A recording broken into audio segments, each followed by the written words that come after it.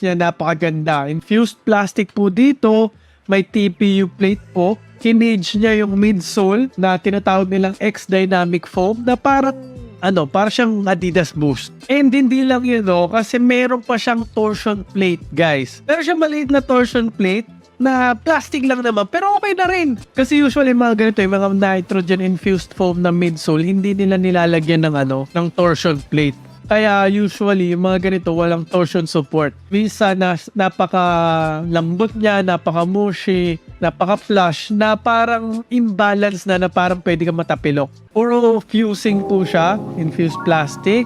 Dito sa kanyang forefoot, para sa pag nagtutu drag kayo, for durability na rin para tumagal yung sapatos. And syempre para contain yung paa ninyo, para supported siya.